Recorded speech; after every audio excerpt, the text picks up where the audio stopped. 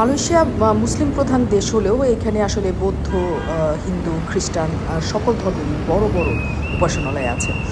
আমরা তাই আজকে বাতু কেবে আসছি। যারা মালয়েশিয়া দেখতে চান তারা নিশ্চয়ই এই নামের সাথে পরিচিত, কারণ এটা সবচাইতে বড় পর্যটন স্থান বলা হয়ে থাকে। তো গেট দিয়ে ঢোকার সাথে সাথে আসলে বড় একটা মূর্তির সাথে দেখা হয়ে যাবে আপনার। দেবী পার্বতী এবং দেবতা শিবের পুত্র কার্তিক, যিনি আসলে জয়ের প্রধান সেনাপতি হিন্দু ধর্মমতে। সেই কার্তিকের 140 ফুট উচ্চতার এই মূর্তি এখানে বানানো হয়েছে, যা বিশ্বের আসলে সবচেয়ে বড় কার্তিকের মূর্তি। কার্তিকের যত আছে এরকম উপাসনালয় আছে 10টি, তার মধ্যে 6টি হচ্ছে ভারতে এবং বাকি 4টি কিন্তু মালয়েশিয়াতে। এবং কার্তিকের এই মূর্তিটি আসলে ব্রোঞ্জ এবং ইস্পাত আর কংক্রিট দিয়ে বানানো হয়েছে 140 ফুট উচ্চতার এই মূর্তি। এবং যে সোনালি রঙটি আপনি দেখতে পাচ্ছেন, এই রঙটি আসলে থাইল্যান্ড থেকে নিয়ে আসা হয়েছে, এই গোল্ডেন রঙটি। এবং এটি আসলে খুবই সুন্দর, মানে ছবিতে দেখে এতটা বোঝা সম্ভব নয়, সামনাসামনি দেখতে যত সূর্য আপনি মানুষগুলো নিশ্চয়ই আপনি দেখতে পাচ্ছেন। এবং এর যে কারুকাজ করা হয়েছে এটি আসলে খুবই দর্শনীয় এবং দৃষ্টিনন্দন। তো আমরা যাওয়ার সাথে সাথে একদম গরম রোদ ছিল তীব্র, এবং মুহূর্তের মধ্যে হঠাৎ কোথা থেকে জানি বৃষ্টি চলে আসলো। তো আমরা একটা ছাউনির মধ্যে চলে গেলাম এবং সামনেই দেখতে পেলাম যে অনেকগুলো আসলে মন্দির স্থাপন করা হয়েছে এই কার্তিকের মূর্তির আশেপাশে, মানে বাটু কেবের আশেপাশে। তো এই কার্তিকের মূর্তি নিয়ে যখন আমরা বলছিলাম, আপনারা নিশ্চয়ই দেখতে পাচ্ছেন যে কী পরিমাণ বড় এটি, এবং বিশ্বের এটি সবচেয়ে বড় মূর্তি কার্তিকের। এবং এই চত্বর জুড়ে আসলে মানুষের আনাগোনা থাকে এবং এটাকে তারা উপাসনালয় হিসেবে এখানে সবচেয়ে বড় উপাসনা হিসেবে দেখা হয়েছে। বাতু নামটা কোথা থেকে এসছে, এর পাশে আসলে একটা নদী আছে বাতু নামের, সেই নদী থেকে এই বাতু কেবের ঘটনা আসছে। এখন কেব যে গুহার কথা আপনারা নিশ্চয়ই দেখতে পাচ্ছেন যে সিঁড়িগুলো রঙিন সিঁড়ি, এই সিঁড়িগুলো আসলে এত রঙিন ছিল না। এই সিঁড়িগুলি এক রঙেরই কাঠ রঙেরই ছিল, কাঠ দিয়ে তৈরি করা হয়েছিল, এবং পরবর্তীতে এটি আসলে কংক্রিট দিয়ে তৈরি করা হয়েছে। এবং এর নিচেই আমি যেমনটি বলছিলাম যে অনেক মন্দির আছে, সেই মন্দিরে সকল দেবদেবীর মূর্তি আছে এবং সেখানে উপাসনাও করা হয়।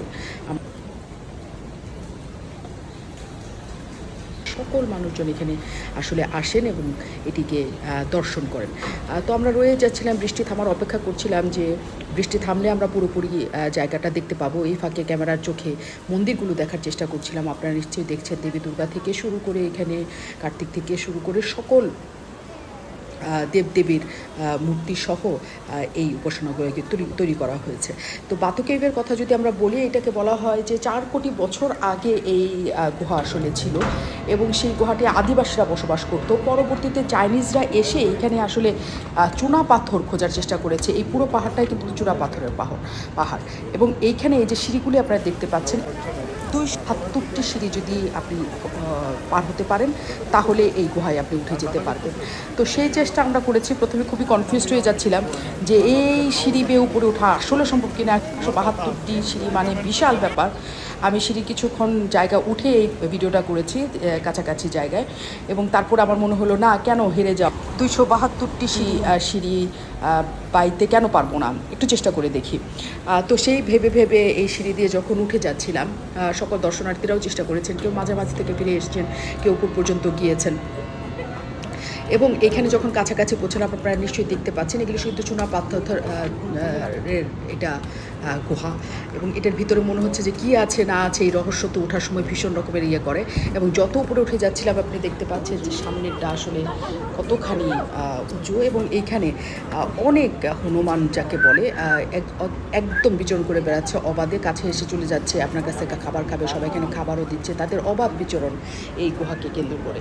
এবং আমরা যখন উঠছিলাম তখনও তাদের কোনো এমন বিকার ছিল না, বরং আমার বিকার ছিল যে এদের ধরলে এসে কি করবে কে জানে, সব কিছু নিয়ে পালিয়ে টালিয়ে যাবে কিনা। কিন্তু তারা আসলে খাবার নিয়ে এত ব্যস্ত যে আমাকে দেখার তারা প্রয়োজন বোধ করে নাই আসলে। শেষ পর্যন্ত 270টা সিঁড়ি বেয়ে আসছি। তো শেষ পর্যন্ত যখন উঠলাম আসলে গুহার পর্যন্ত। তো ঢুকেই আসলে গুহার ভেতরে কিন্তু অসম্ভব সুন্দর, যতটা মনে হয় সব দেবী সেখানে মূর্তি টূর্তি রাখা আছে। এবং এখানে কিন্তু ভেতরে অনেক অনেক মন্দির আছে, এবং ভিতরে মানে বিশাল বড় গুহার ভেতরে এইসব মন্দির বানানো এবং সেগুলো সুরক্ষা করা। প্রথমে যে আমার মনে হচ্ছিল এগুলো কি ধসে পড়ে যাবে নাকি, কারণ আমাদের দেশের পাহাড় মাঝে মাঝে ধসে পড়ার যে ঘটনা মনে হয়, তখন সেটাই মনে হয়। কিন্তু তারপর যখন মনে হয়েছে 40 কোটি বছর যাবত এই পাহাড়টা আছে এবং এই গুহাগুলি আছে এবং এগুলি যত্ন করা হয়েছে, আসলে এগুলি ধসে পড়ার সম্ভাবনার জায়গা, আশঙ্কার জায়গা খুবই কম। তো এটা আসলে আপনি দেখতে পাচ্ছেন গুহার ভিতরে, কিন্তু আমি দিয়ে এই গুহার ভিতরে এসেছি এবং এখানে মন্দির আছে, পূজা দেওয়ার সকল কিছু কিন্তু আছে। এখানে ফুল টুল আছে, সবাই যখন মোমবাতি থেকে আগরবাতি থেকে শুরু করে পূজা দেওয়ার জন্য যা যা কিছু দরকার সবই কিন্তু এখানে রাখা হয়েছে। এবং সেখান থেকে নিয়ে আপনারা যেটা দেখতে পাচ্ছেন যে এই যে সিঁড়ি, তারও উপরে কিন্তু মন্দির আছে। এবং আমি আসলে খুবই হয়রান হয়ে গিয়েছিলাম নামতে যেও। মানুষ বলে না যে উঠতে নাকি অনেক কষ্ট, নামতে নাকি কষ্ট নাই, কিন্তু এইখান থেকে আসলে নামতে যেয়ে বুঝেছি যে উঠতে আসলে যত কষ্ট, নামতেও আসলে ততখানি কষ্ট, চাইলেই চট করে নেমে যাওয়া যায় না। তো এটা একটা দারুণ অভিজ্ঞতা ছিল আমার কাছে, খুবই ভালো অভিজ্ঞতা। আপনারা নিশ্চয়ই সেখানে যাবেন এবং গেলে আপনাদের ভালো লাগবে। এবং অবশ্যই এটা মনে হবে যে আমি একটা অসাধারণ কিছু সেখানে দেখার আমার সুযোগ হলো।